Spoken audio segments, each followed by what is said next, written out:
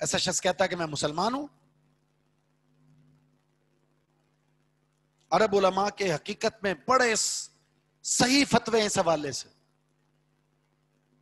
ہمارے یہاں تو بڑی نزاکت والا معاملہ ہے، بھئی وہ مسلمان ہے، اس سے نکاح بھی جائز ہے، اس سے سارے معاملات جائز ہیں، اس کا جنازہ بھی ہو سکتا ہے، اس کو جناب مدعو بھی کیا جا سکتا ہے، اس کو قبرستان میں تدفین بھی کی جا سکتی ہے، کوئی حرج نہیں ہے. حقیقت یہ کہ ایسے شخص کو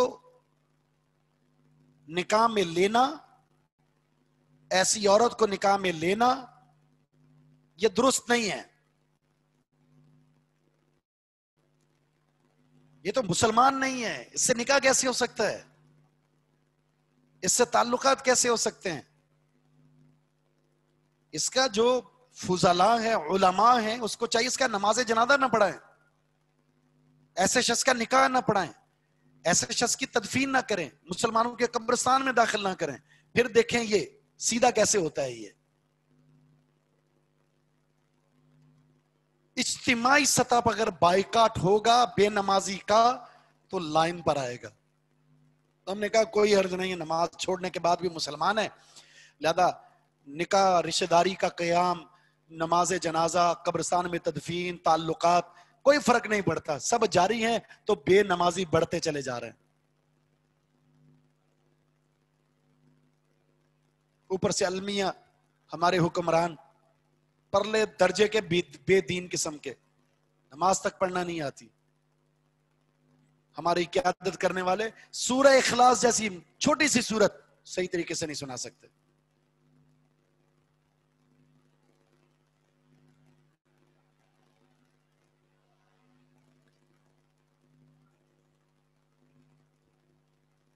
ہم آگے جا کر کتاب الصلاۃ پڑھیں گے. صلاۃ خوف، جنگ کے میدان میں دشمن آمنے سامنے ہے، نبی علیہ الصلوۃ والسلام نے جماعت کے ساتھ وہاں بھی نماز پڑھائی ہے.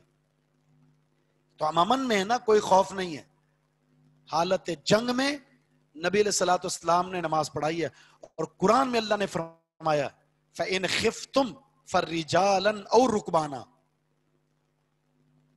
تم خوف میں ہو تو پیدل چلتے چلتے نماز پڑھ سکتے ہو تو نماز پڑھ لو، سواریوں پر سوار ہو کر نماز پڑھ سکتے ہو تو نماز پڑھ لو، نماز معاف نہیں ہے. ایک رکعت پڑھ سکتے ہو تو پڑھ لو، نماز معاف نہیں ہے.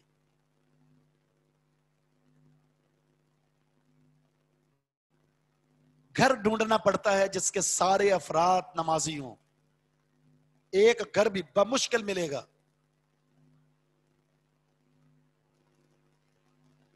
ہزاروں کی تعداد میں گھر ہوتے ہیں ایک مسجد کے پاس، لیکن اس میں نماز پڑھنے والے چند ہوتے ہیں، وہ بھی بزرگ حضرات، بچے جوان بالکل خالی ہیں. خواتین کو تو ہم نے مسجد سے بالکل ہی دور کر دیا ہے. سارے پردے یاد آتے ہیں جب مسجد کے اندر نماز پڑھنے کی بات آتی ہے، جمعے کی بات آتی ہے. سیر و تفریح میں کوئی پرابلم نہیں، بازار میں کوئی پرابلم نہیں. جب مسجد میں نماز با جماعت کی بات آتی ہے تو وہاں پردہ آ جاتا ہے، جبکہ وہاں پردے کا بہترین انتظام ہوتا ہے. پھر یہ نسلیں کیسے مسلمان ہو سکتی ہیں؟ غیور مسلمان. جب ہم نے قرآن سے، دین سے، نماز سے دور کر لیا تو نبی کی گستاخی ہو یا صحابہ کی گستاخی ہو یا قرآن کی گستاخی ہو، ان کے دلوں میں دین کی غیرت ہی ختم ہو چکی ہے. تو کہاں سے وہ اس کا دفاع کریں گے؟ غیرت چاہیے، اور غیرت آتی ہے قرآن سے، حدیث سے، دین سے، تعلیم سے، نماز سے. اور وہ ہمارے خون میں شامل ہی نہیں ہے، ایسا مزاج بن چکا ہے.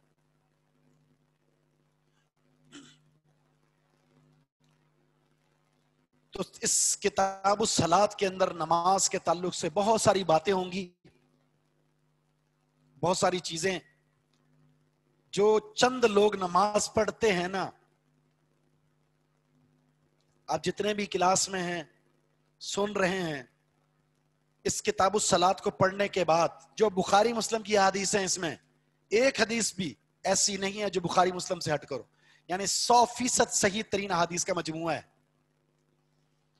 اس میں آئے گی نماز کی تفصیلی گفتگو. اپنی نمازوں کو چیک کیجئے گا، کہاں کہاں نمازوں میں خطا ہوتی ہے. اس کتاب الصلاۃ کو پڑھنے کا اولین مقصد یہ ہے کہ ہم اپنی اصلاح کر سکیں. میری نماز میں کہاں خطا ہے؟ تو جو 5% لوگ نماز پڑھتے ہیں ان کی نمازوں کے اندر بھی دیکھیں کوئی نماز کے وقت کا خیال نہیں رکھتا, کوئی نماز کی جو کیفیت اللہ کے رسول نے بیان کی ہے, صفات بیان کی, اس کا خیال نہیں رکھتا.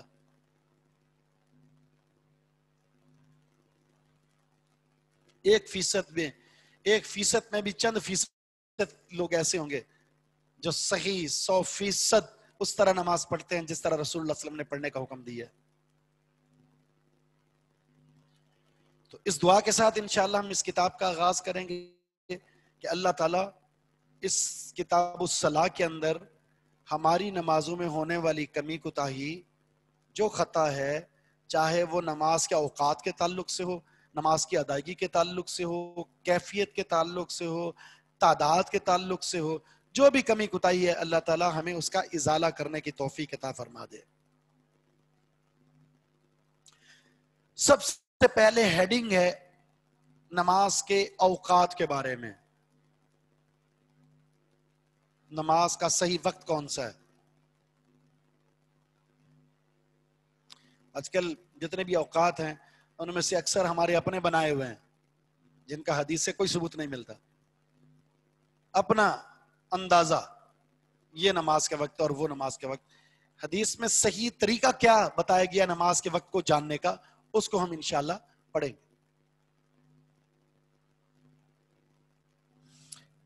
حدیث پہلی 44 یہ صحیح بخاری کے اندر بھی موجود ہے, نماز کے اوقات کی کتاب کے اندر, اور صحیح مسلم کتاب الایمان کے اندر یہ حدیث موجود ہے.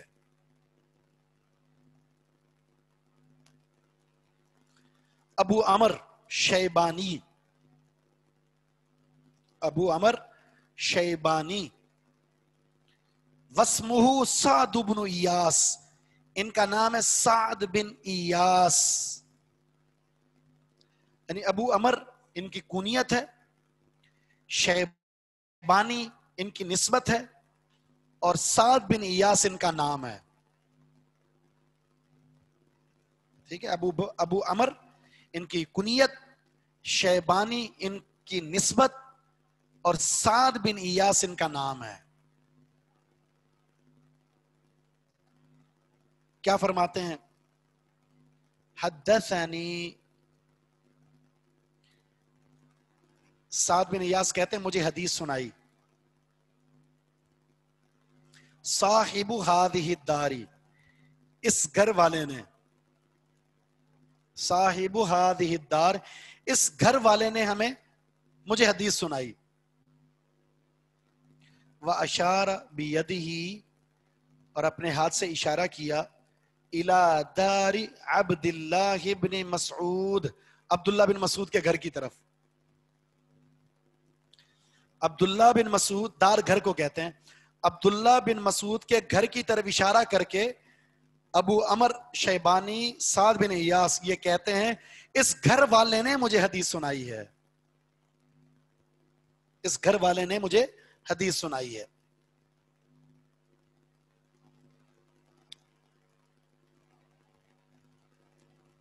کیا حدیث ہے؟ سبحان اللہ. عبداللہ بن مسعود کہتے ہیں سألت رسول اللہ, سألت میں نے سوال کیا, رسول اللہ صلی اللہ علیہ وسلم سے. عبداللہ بن مسعود کہتے ہیں میں نے رسول اللہ صلی اللہ علیہ وسلم سے سوال کیا, ای الاعمال احب الی اللہ,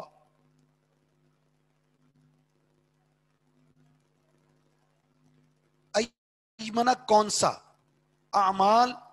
اعمال میں سے کون سا عمل, ای الاعمال, اعمال میں سے کون سا عمل, احب الی اللہ, اللہ کو سب سے زیادہ پسندیدہ ہے. بہترین سوال ہے یہ, اعمال میں سے کون سا عمل اللہ رب العزت کو سب سے زیادہ پسندیدہ ہے. سائل کون ہے؟ عبداللہ بن مسعود. مسئول کون ہے؟ امام الانبیاء محمد الرسول اللہ. سوال کیا ہے؟ کون سا عمل اللہ کو سب سے زیادہ محبوب اور پسندیدہ ہے؟ تو نبی الاسلام نے کیا جواب دیا؟ الصلاۃ علی وقتہا، نماز کو اس کے وقت پر ادا کرنا. نماز کو وقت پر ادا کرنا، صرف ادا نہیں کرنا، نماز کو وقت پر ادا کرنا، یہ مطلوب ہے.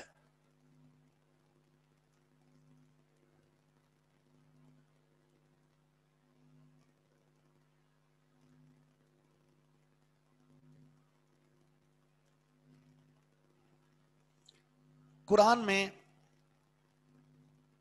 ایک لفظ نماز کے ساتھ بہت زیادہ آیا ہے. آپ میں سے کوئی بتائے کہ وہ کون سی چیز ہے؟ اللہ نے نماز کے لیے وہ ذکر کی ہے، کون سی چیز ہے؟ بالکل اقامت صلاۃ. بالکل یقیمون الصلاۃ، اقیم الصلاۃ، اقامت صلاۃ. اقامت صلاۃ صرف نماز کا ذکر نہیں ہے، بلکہ نماز کو قائم کرنے کا حکم ہے. اور اقامت صلاۃ کے لیے 4 چیزیں ضروری ہیں. بس کافی ہے، ایک نے جواب دے دیا تو کافی ہے.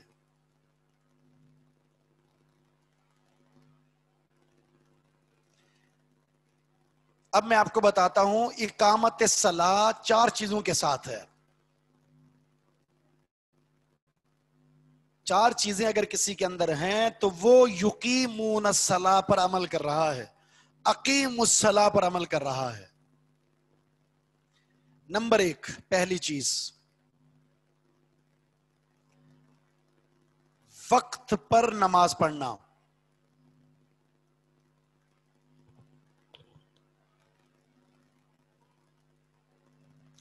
نمبر 2، جماعت کے ساتھ پڑھنا.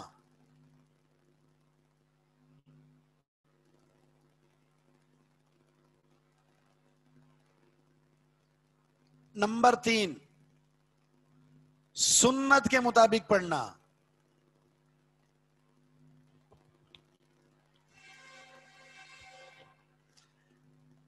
اور نمبر 4، مستقل پڑھنا، ہمیشہ پڑھنا.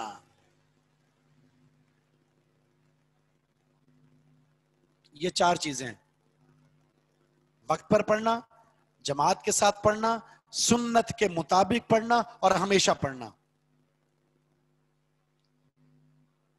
خواتین کے لیے ایک چیز اس میں مستثنا ہے، جماعت کے ساتھ پڑھنا. بقیہ 3 چیزیں ان کے لیے بھی ضروری ہیں. جماعت کے ساتھ نماز پڑھنا ان کے لیے فرض نہیں ہے، بقیہ 3 چیزیں ضروری ہیں ان کے لیے بھی.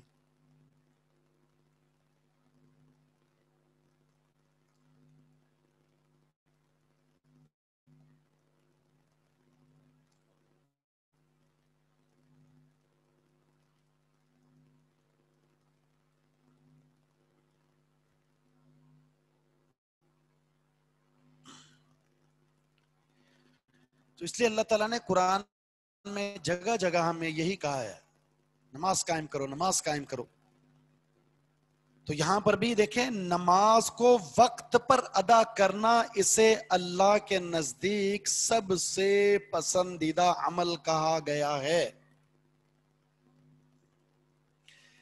وقت پر جو نماز نہیں پڑھتا اسے کیا کہا گیا حدیث میں؟ جواب دیں. جو وقت پر نماز نہیں پڑھتا اسے کیا کہا گیا حدیث میں؟ منافق. بالکل، وقت پر نہ پڑھنے والا، بلا وجہ نماز کو لیٹ کرنے والا منافق ہے.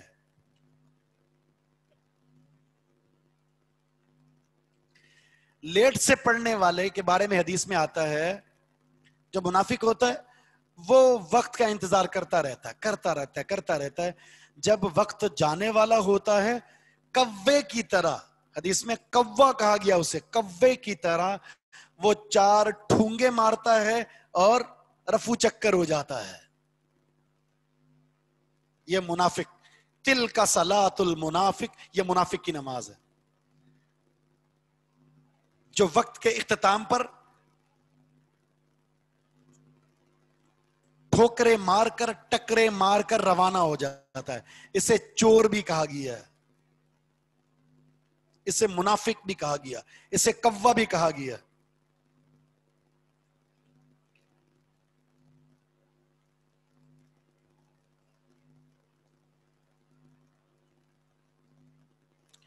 اور اکثر مساجد کے اندر ایسا ہی ہوتا ہے. سورج غروب ہو رہا ہے 6:45 تو 6:30 6:15 بجے کے بعد جو مسجد میں آ رہے ہیں نا، وہ تلک صلاۃ المنافق کنکرۃ الغراب. گھر میں خواتین کا مزاج بھی کچھ ایسا ہی ہے. نماز کا وقت 1 بجے ہوا تب لیٹ کریں گی، مصروف کچن میں ادھر ادھر. 3 بج رہے ہیں تو جلدی سے نماز پڑھ لیں. قسمت سے کوئی پڑھتی ہیں، اور جو پڑھتی ہیں وہ نماز کے ساتھ یہ حشر کرتی ہیں. اسی طرح عصر کی نماز ہے. ہمارے ذہن میں کہ ہوتا ہے اچھا اس کا ٹائم تو مغرب تک ہے، پڑھ لیں گے 6:15 بجے 6:30 بجے، کون سی جلدی ہے. اس کا ٹائم 3 بجے تک ہے، پڑھ لیں گے، کون سی جلدی ہے. اول وقت پر نماز پڑھنا یہ اللہ کو سب سے زیادہ پسندیدہ ہے. اس کا مطلب پتہ کیا ہے؟ اس کا مطلب یہ ہے کہ آپ کی نظروں میں نماز کا مقام ہے. آپ نے نماز کو اول وقت پر ادا کر کے اس کو جو اس کا مقام ہے عطا کر دیا ہے. اور آپ نے اگر نماز کو آخری لمحات میں پڑھا ہے تو اس کا مطلب ہے آپ کی نظروں میں اس کی کوئی حیثیت ہی نہیں ہے. مہمان جب آتا ہے نا، اس کو فوراً جو رسپانس دیا جاتا ہے اس سے وہ جج کرتا ہے کہ میری قدر ہے.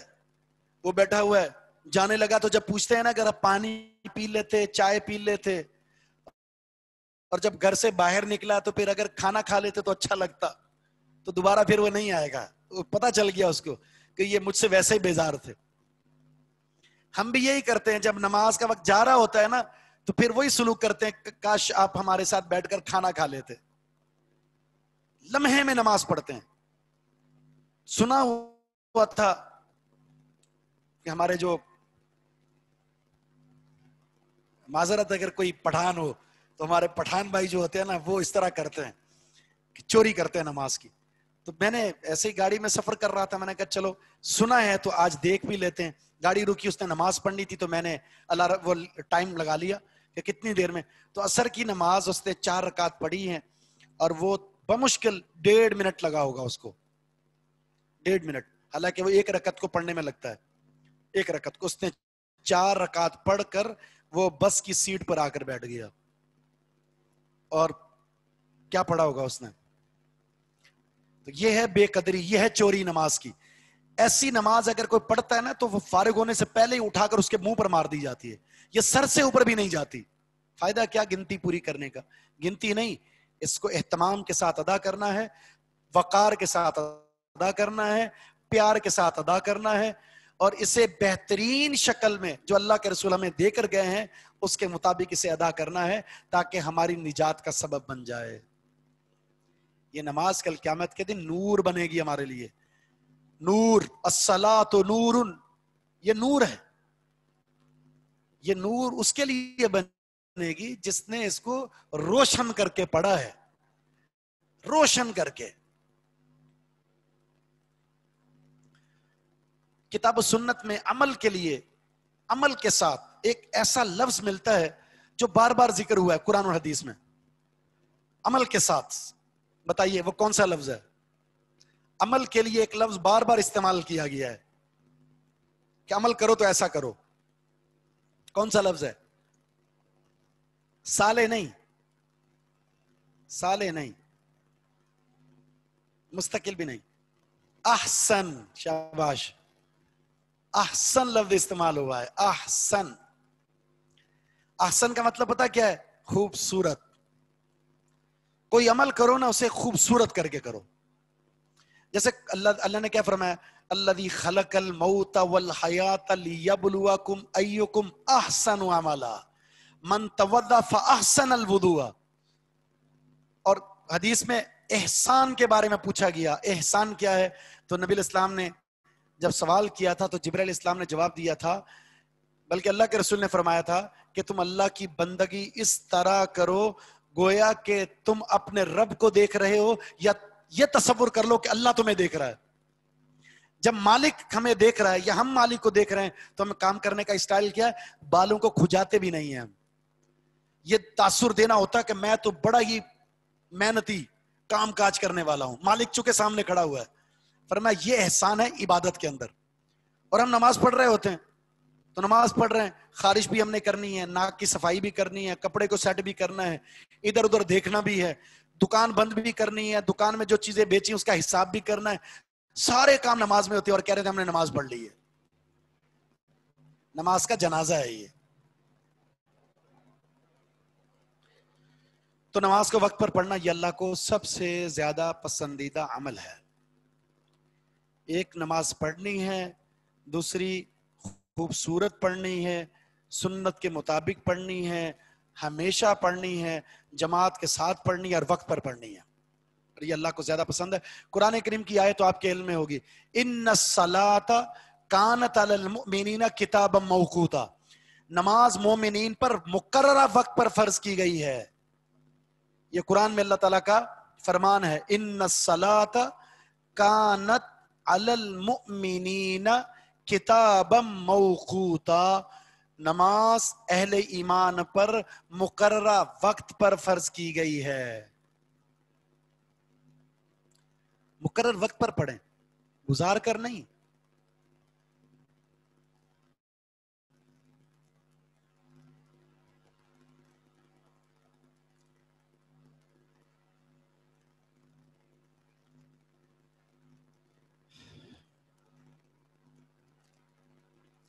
نماز کے اوقات کی اہمیت کے لیے تین چیزیں آپ کے سامنے آ گئی۔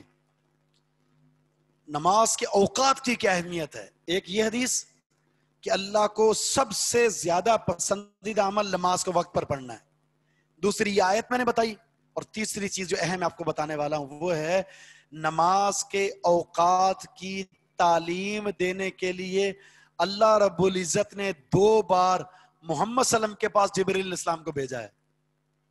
نماز کے اوقات بتانے کے لیے 2 بار اللہ تعالیٰ نے جبرائیل علیہ السلام کو بھیجا ہے، 2 بار نماز کے اوقات کی تعلیم دینے کے لیے، نماز کا وقت بتانے کے لیے 2 بار جبرائیل علیہ السلام اللہ کے حکم سے اترے ہیں۔ اس سے بڑھ کر نماز کی اوقات کی اہمیت اور کیا ہو سکتی ہے؟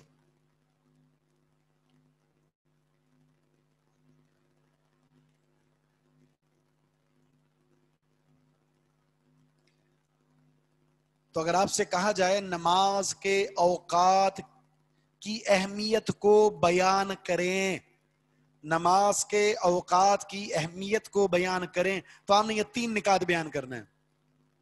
یہ حدیث الصلاۃ علی وقتها اللہ کے نزدیک محبوب عمل ہے۔ آیت ان الصلاۃ کانت علی المؤمنین کتابا موقوتا، اور تیسری یہ جبرائیل اسلام کا 2 بار نماز کے اوقات کی تعلیم دینے کے لیے اترنا۔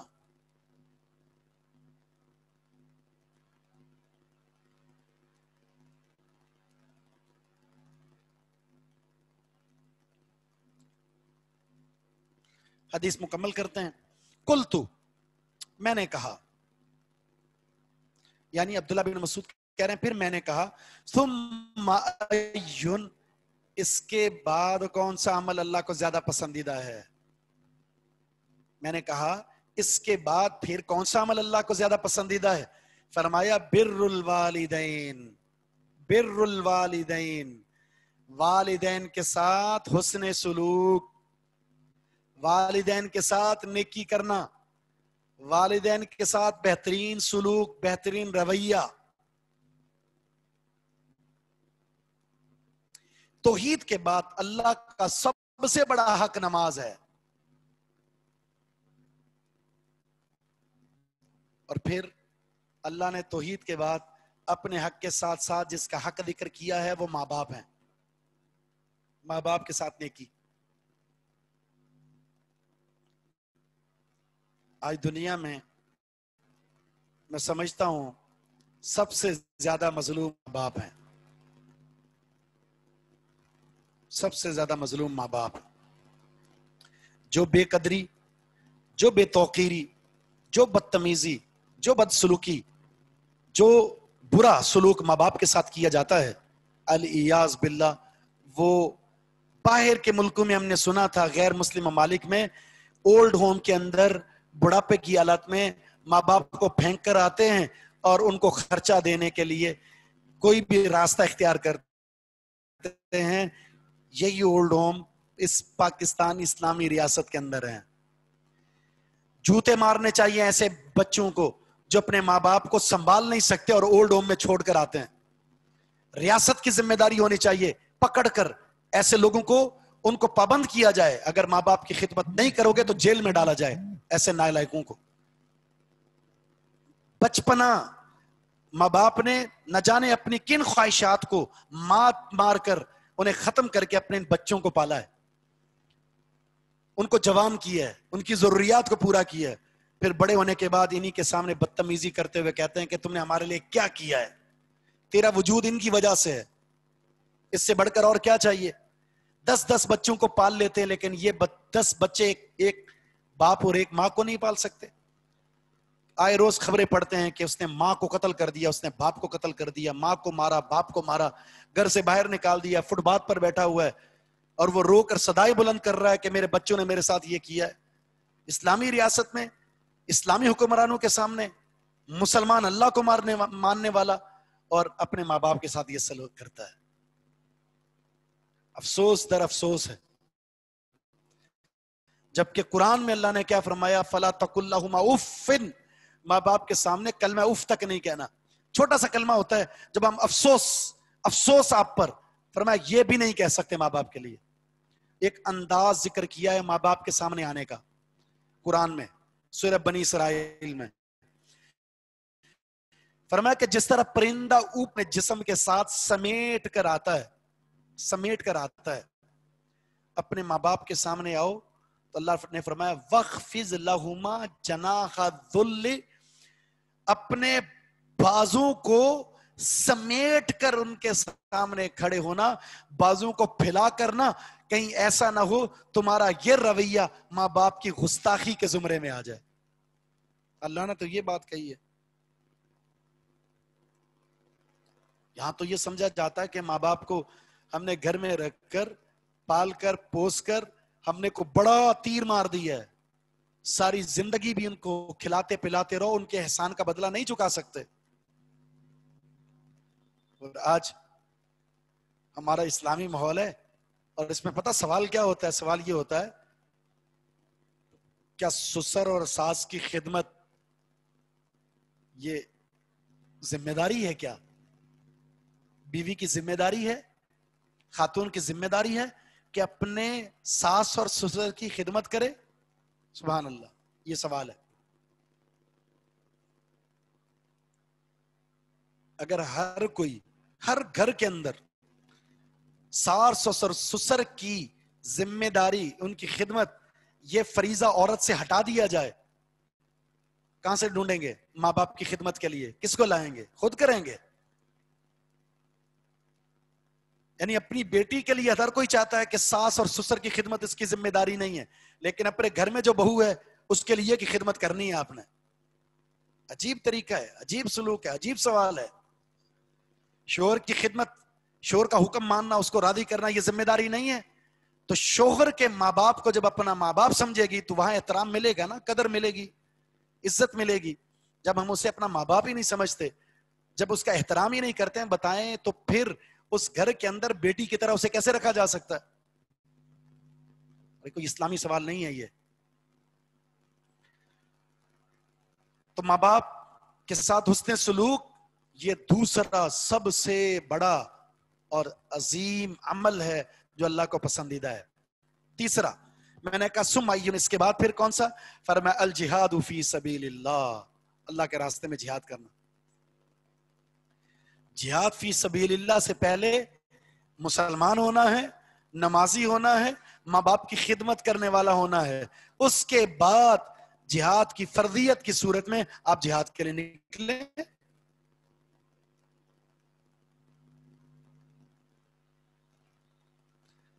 قال عبداللہ بن مسعود کہتے ہیں حدثنی بہن رسول اللہ، یہ ساری حدیثیں اللہ کے رسول نے مجھے بیان فرمائی ہیں، یہ باتیں اللہ کے رسول نے مجھے بیان فرمائی ہیں.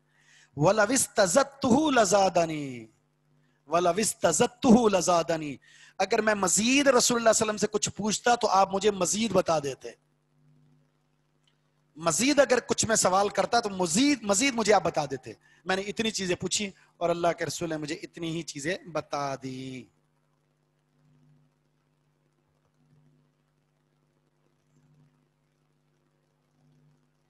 تو یہ ہے اس حدیث کی اہمیت اور اس حدیث کا مقام. اس حدیث کے اندر جو تعلیم ہے، جو سبق ہے، وہ بہت ہی عظیم ہے. اس کے مسائل بہت سارے ہیں، انشاءاللہ ہم اگلی کلاس میں اس کے مسائل بتائیں گے. اب اگر کوئی سوال ہے تو آپ سوال اس موضوع اور حدیث سے متعلق اگر کوئی سوال ہے تو اس کا جواب دیا جائے گا انشاءاللہ. جی پوچھیں.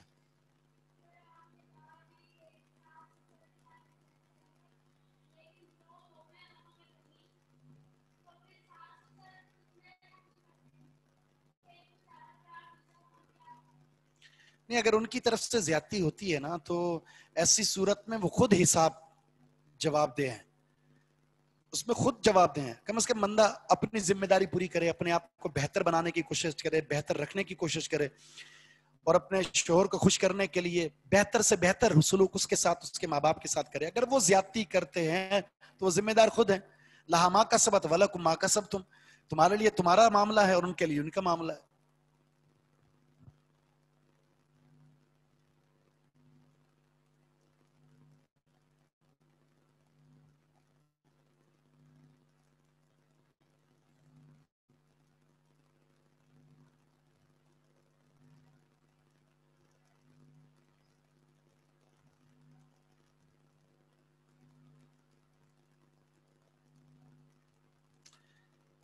یہ آیت سورۃ النساء میں ہے،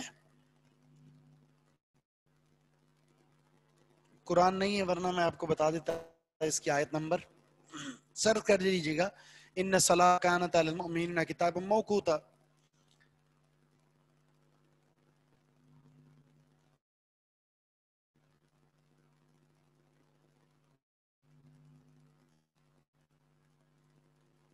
دیکھیے اگر کوئی مشرک ہے نا، مشرک کا نماز نہیں پڑھ سکتے آپ، ہیں جن کا مقام ہے ان کو بائیکاٹ کرنا چاہیے تاکہ یہ نمازی بن سکیں. نماز کی فرضیت مکہ میں معراج کے موقع پر ہوئی.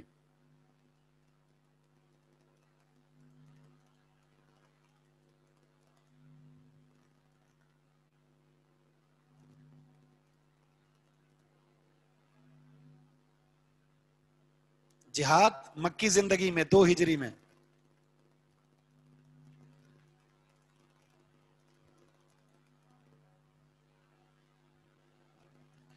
دارالسلام ہے ہی نہیں، دارالسلام ہے لیکن دارالسلام بالکل اسلام کے نام پر حاصل کیا گیا ہے، لیکن اس کو سنبھالنے والے مسلمان ہمیں نہیں ملے. آیت نمبر میرے پاس قرآن نہیں ورنہ بتا دیتا، تو سرچ کر لیں اس کو. اگر آپ کے پاس گھر کے پاس کوئی مسجد ہے جس میں بدعت اور شرک ہو رہا ہے تو پھر آپ وہاں نہ پڑھیں، گھر پر پڑھ لیں، یا ایسی مسجد جہاں ایسا بدعت اور شرک کا کام نہیں ہوتا وہاں پڑھیں جا کر.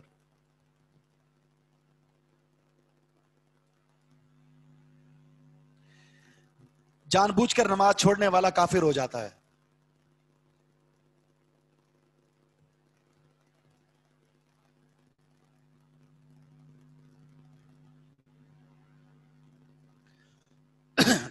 تیمم کا سوال پوچھ لیجیے گا بعد میں.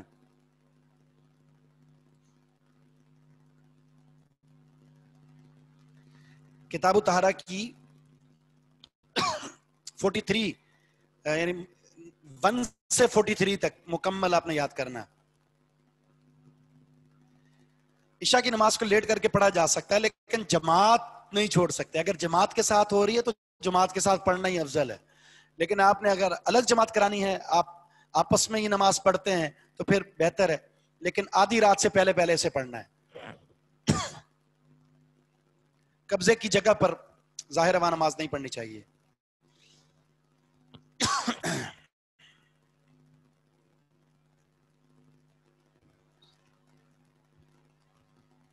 اور آن سائٹ انشاءاللہ 15 تاریخ سے آپ آ جائیں، یعنی اگلے منڈے سے آ سکتے ہیں انشاءاللہ.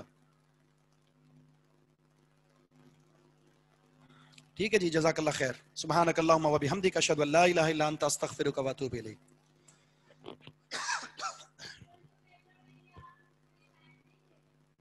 اس میں ہاں جی، آپ دیں گے نا ایسے ہی 2 گھنٹے انشاءاللہ.